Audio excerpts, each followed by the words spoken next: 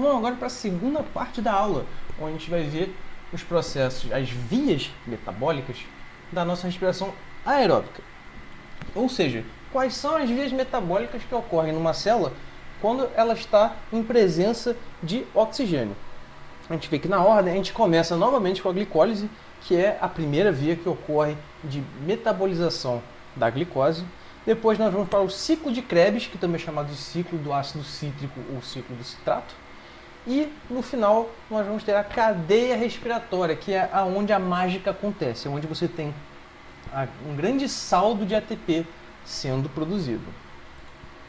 Então, não vamos falar de novo da glicólise, vocês já viram glicólise na primeira parte da aula, é o mesmo processo igualzinho, tá? Não tem diferença nenhuma. No citoplasma da célula vai ocorrer um processo onde você quebra a molécula de glicose no meio em duas moléculas de piruvato. Fazendo isso, você tem um saldo positivo de 2 ATPs e a produção de 2 NADs. Então vamos agora para o ciclo de Krebs.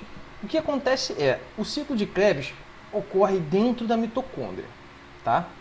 Mas lembra, o piruvato produzido na nossa glicólise foi feito lá no citoplasma da célula. Então ele precisa passar pela membrana da mitocôndria. E o piruvato, como a gente já viu, ele tem uma certa dificuldade de passar por membranas. A gente já viu isso na primeira parte da aula. Então, o nosso piruvato vai precisar passar por algumas modificações para conseguir atravessar essa membrana, tá?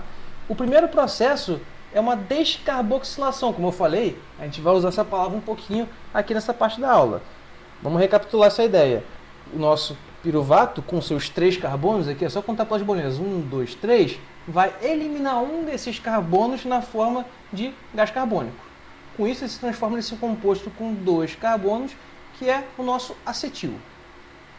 Esse acetil vai produzir um NADH, ou seja, o NAD vai roubar um elétron e um hidrogênio desse acetil, produzindo um NADH. Quando ele faz isso, ele é capaz de se associar a uma coenzima chamada coenzima A. Não dá para ler aqui, a qualidade está meio baixa, mas eu escrevi aqui no slide, coenzima A. Então, no final, nós temos o acetil coenzima A, ou como a gente costuma abreviar em livros, acetil-CoA. Professor, por que diabos eu associei esse acetil a essa tal de coenzima A? A gente não precisa se preocupar muito com o que significa essa coenzima A, mas só para vocês entenderem a função dela. Ela é que vai permitir que você passe pela membrana da mitocôndria, tá? É como se fosse uma espécie de um passe. Você tem esse passe, esse bilhete que te permite entrar ali, tá? É como se você imaginar, se quer ir numa festa, por exemplo, mas você não conhece ninguém ali da festa, mas você tem um amigo que conhece o dono da festa. Teu amigo vai lá, te coloca dentro da festa e depois cada um para um lado. Tá? É mais ou menos essa a ideia. Sei que a comparação foi meio ruim, mas só para vocês entenderem aqui. Então, o acetil vai se ligar com a enzima A só para entrar na mitocôndria, para passar pela membrana mitocondrial, depois vai se desassociar. O acetil continua no processo, a coenzima A volta para buscar mais um acetil. Tá? Então, botei aqui 2 imagens para vocês entenderem o processo. Aqui a gente tem todas as estruturas químicas envolvidas, aqui uma representação por quantidade de carbonos, que é o que importa para a gente aqui no ciclo de Krebs. O ciclo de Krebs, como a gente vê aqui, ele vai ter como objetivo a decomposição total da molécula de glicose. Ou seja, daqueles 6 carbonos que a gente começou, a gente tem que terminar com 0 desses carbonos. Tá? Então na preparação aqui, a gente já perdeu um, já houve uma etapa de descarboxilação de cada piruvato. Então tinha 6 carbonos, agora só tem 4. Vamos continuar vendo o que vai acontecer com essas 2 moléculas de acetil. Então, recapitulando, onde vai acontecer o ciclo de Krebs? Na matriz mitocondrial. Esse processo do ciclo de Krebs, apesar de você não ter o oxigênio interagindo diretamente em nenhuma etapa, o ciclo de Krebs ele para se você não tiver oxigênio. Tá? Em situação anaeróbica, o ciclo de Krebs não vai acontecer, ok? E, como eu falei, nosso objetivo é decompor totalmente a molécula de glicose. O que vai acontecer? Como eu tinha comentado, o acetil-CoA consegue entrar na mitocôndria e aí o acetil vai se desassociar da coenzima A. A coenzima A volta para pegar uma nova molécula de acetil e o acetil entra, de fato, no processo do ciclo de Krebs. Como que funciona o processo de forma simplificada? O acetil vai se combinar com um componente chamado oxalacetato. Não precisa se prender muito ao nome. O que é mais importante aqui é o que está em parênteses, que são as quantidades de carbonos. Tá? O acetil com 2 carbonos se combina com esse oxalacetato, que tem 4 carbonos. 2 carbonos mais 4 carbonos vai se transformar num componente de 6 carbonos chamado ácido cítrico ou citrato, que dá esse nome alternativo do ciclo de Krebs. Tá? E esse citrato ele passa por várias reações bioquímicas, tá? Ele vai passar por várias modificações e das mais destacáveis que a gente precisa ter aqui são as 2 etapas de descarboxilação que ocorrem. Ou seja, vamos recontar aqui em cima. O acetil tinha 2 carbonos.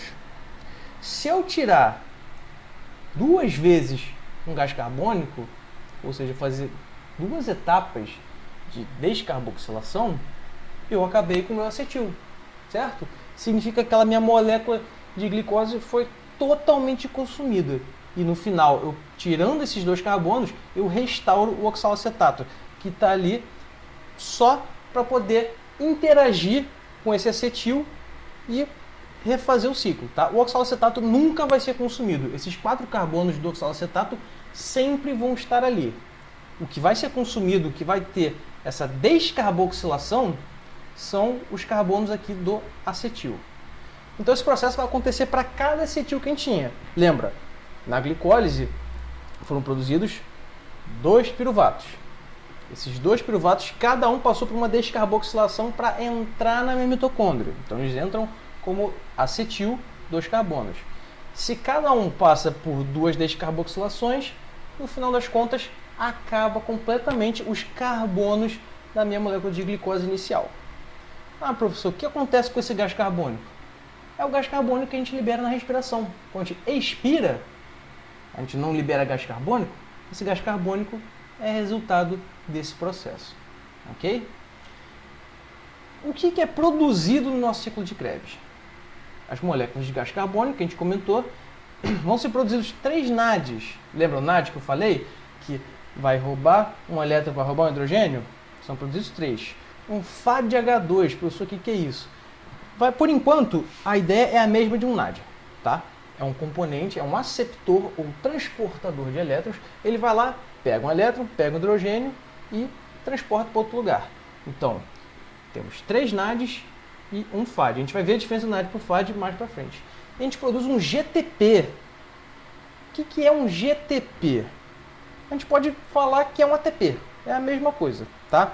Lembra que quando a gente falou da molécula ATP, a gente falou que era adenosina trifosfato? A diferença é que o GTP, ao invés de ter uma adenina ali, a gente vai ter uma guanina, que é uma das bases nitrogenadas que a gente viu de DNA, tá?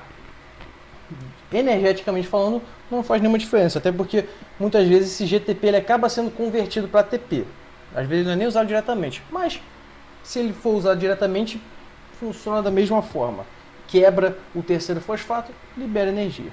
Esse saldo é para cada molécula de piruvato. Deixei aqui em maiúsculo e sublinhado para dar bastante destaque. Significa que o saldo total vai ser para as 2 moléculas de piruvato que entraram nesse ciclo, eu vou ter 4 moléculas de gás carbônico sendo produzidas, 6 NADs, 2 FADs e 2 GTPs. Novamente, a gente pode simplesmente chamar esse GTP de ATP, que no final das contas acaba dando do mesmo. Então aqui eu botei 2 esqueminhas para vocês terem uma noção, tá? Esse primeiro aqui é um esquema bem complexo, tá? É um esquema com todas as etapas bem detalhadas. A gente precisa decorar isso aqui? Obviamente não. Isso aqui é um esquema para quem está fazendo faculdade só, tá? Só para vocês terem uma ideia de quão complicado é esse esquema se for estudar a fundo. O que a gente precisa saber é essa parte bem simplificada aqui, e aqui já está até com bastante detalhe. É só para vocês verem aonde que ocorrem as produções de NADs, FADs e do GTP, tá? Aqui também a liberação do gás carbônico, em que momento ocorreu a descarboxilação. Não precisa decorar o ciclo como um todo, não vai ter nenhuma questão de corresponda aqui qual é o nome do produto, aonde que o malato entra. Não precisa, tá? O que vocês precisam saber é que como que o processo funciona, tá? Que o acetil entra, ocorre essas duas descarboxilações aqui. Com isso, a minha molécula de glicose foi totalmente decomposta aqui, nessas etapas, e eu tenho uma série de produções de NADs e FADs e do meu ATP. O mais importante é essa parte aqui, é o saldo total que isso gera, tá? E por que eu estou passando por esse ciclo de Krebs? Ele produziu 2 ATPs, assim como na glicólise. Como eu falei, isso não é um saldo energético muito grande, mas eu produzi muito NAD e eu produzi uma quantidade boa de FAD. Esses transportadores de elétrons são muito importantes para a minha cadeia respiratória. São eles que vão produzir uma quantidade bem massiva de ATPs para a gente. Então vamos para a cadeia respiratória, que é o nosso processo final, tá? É onde termina a respiração aeróbica. É um processo de fosforilação oxidativa. A gente vai entender melhor o que significa, tá? E o local que ocorre isso é nas cristas mitocondriais. Lembra que a mitocôndria ela tem 2 membranas, uma externa e uma interna cheia de dobrinhas? Então, as cristas mitocondriais são essas dobrinhas, tá? Ali eu vou ter alguns complexos enzimáticos que vão ser responsáveis por essa produção de ATP. Então, para a gente ter uma ideia do que a gente está falando, esse aqui é um desenho, um esquema do que como seria a nossa membrana interna da mitocôndria, tá? Aqui em cima seria um espaço entre as duas membranas, tá? E esse espaço entre as membranas, ele é importante, tá? A gente já vai ver o porquê. E a gente vai ter os complexos mitocondriais aqui e no final a gente tem uma enzima muito importante chamada ATP sintase. Olha o nome, ó, ATP sintase, significa que faz a síntese de ATP, ok? Esses outros complexos são várias formas de citocromos, a gente não precisa decorar os nomes deles, e muitas vezes eles são chamados de complexo 1, 2, 3 e 4. Então não precisa se preocupar em nomes, tá?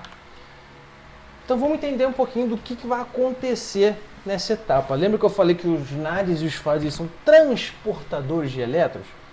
Então, eles vão transportar esses elétrons para esses complexos da minha membrana mitocondrial, tá? Então vamos primeiro pelo NAD. O que o NAD vai fazer? O NAD vai aqui doar o seu elétron aqui no complexo 1, certo? E quando o elétron interage com esse complexo, ele bombeia um hidrogênio para fora. Ele bombeia um hidrogênio para esse meu espaço entre membranas, tá? Então, o que vai acontecer? Esse elétron ele vai passando por cada complexo como se fosse uma corrente elétrica. Ele simplesmente segue o fluxo ali. Então, ele passou pelo complexo 1, vai interagir aqui com o complexo 2, com o 3, com o 4 e no final eu preciso tirar esse elétron daqui, porque senão os meus complexos vão ficar com esse espaço do elétron ocupados, a cadeia respiratória para. Tá? Como que eu vou liberar esse espaço do elétron? Como que eu tiro o elétron dali? Eu tenho um aceptor final de elétrons. Quem que é? O nosso oxigênio. Beleza? Então, a importância do oxigênio na respiração aeróbica é porque ele é quem é capaz de tirar esse elétron daqui. Porque se esse elétron ficar aqui, esse elétron continua aqui, esse aqui e esse aqui. Com isso, a minha produção em cadeia, ó, cadeia respiratória, um processo em cadeia que está acontecendo sequencialmente. A minha sequência não pode continuar porque os espaços de elétrons já estão ocupados. Quem tira o elétron é o oxigênio, formando uma molécula de água, utilizando os hidrogênios com esses elétrons que a gente está captando e o oxigênio. Esse meio oxigênio aqui, não existe meia molécula de oxigênio, certo? Então você vai balancear isso aqui, 4 elétrons, 4 hidrogênios para 2 moléculas de oxigênio, você produz aqui 2 moléculas de água, ok? Normalmente você vai ter que balancear essa reação. Então, recapitulando, a ideia é o elétron passa de complexo 1 para o complexo 2, 3, 4, bombardeando assim os meus hidrogênios, ok? Por que eu estou bombardeando hidrogênios para fora? Qual a importância de eu fazer isso? Esses hidrogênios, quando ficam do lado de fora, eles promovem uma grande concentração, uma diferença de concentração entre esse espaço de fora e o espaço de dentro, certo?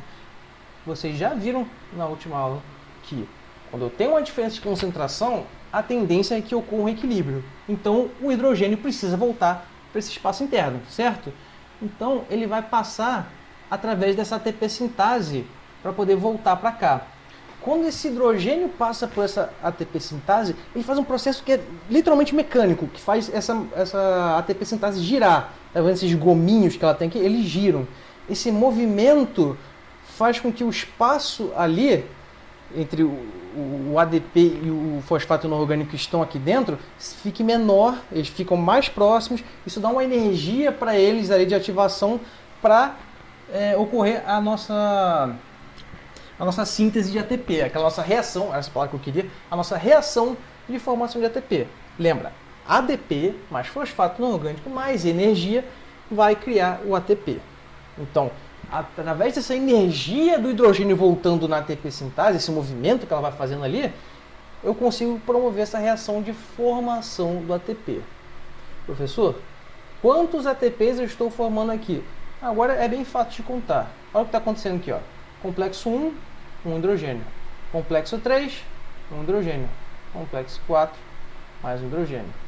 Ah, professor, mas e o complexo 2 ali? Ele não vai bombear hidrogênio para fora? Não, não vai. Olha aqui para o desenho. Olha como ele é pequenininho em relação a todos os outros. Todos os outros complexos, eles são intermembranários. Ou seja, eles estão de um lado até o outro da membrana. O complexo 2 é tão pequeno que ele está inserido na membrana. Ele está inserido nela, então não tem contato com o meio externo. Ele não bombardeia hidrogênio dessa forma. Tá? Então, cada NAD vai bombear 1, 2, 3 hidrogênios. Quantos voltam? 1, 2, 3 hidrogênios. Então, para cada NAD, eu tenho a produção de 3 ATPs. Beleza? Quantos ATPs o meu FAD vai produzir? O FAD vai produzir menos ATPs. Ele é menos energético, vamos dizer assim. Por que ele produz menos ATPs? Porque o FAD ele interage primeiro com o complexo 2. E aí, o elétron ele não volta para o complexo 1 para continuar depois. Não, ele vai do complexo 2 para frente. Então, ele passa pelo complexo 2, não bombeou nada. Passou pelo 3, bombeou 1. Passou pelo 4, bombeou mais 1. Então, quantos hidrogênios o meu FAD vai bombear? 2 hidrogênios. Quantos ATPs eu vou formar? 2 ATPs. Beleza? Então, a gente pode dizer então que um NAD vai produzir 3 ATPs, um FAD vai produzir 2 ATPs. Seguindo aquela fórmula que a gente comentou, tá? O ADP com fosfato inorgânico mais a energia de ativação é capaz de produzir o ATP. A molécula de água aqui produzida com o nosso aceptor final, que é o oxigênio, que está captando tanto os hidrogênios quanto os elétrons que os nossos NADs e FADs trouxeram para cá. Ok? Beleza, então agora a gente viu como é que é o processo de produção de ATP da nossa cadeia respiratória, né? A gente já viu que os NADs, só o NAD sozinho aqui já produz mais ATP do que a glicólise, por exemplo. Então é aqui realmente que ocorre o grande boom de produção de ATPs. Qual vai ser o saldo total de ATPs que eu vou ter para cada molécula de glicose que eu consumir? Vamos fazer essas contas aqui. Na glicose, eu tive 2 ATPs, certo?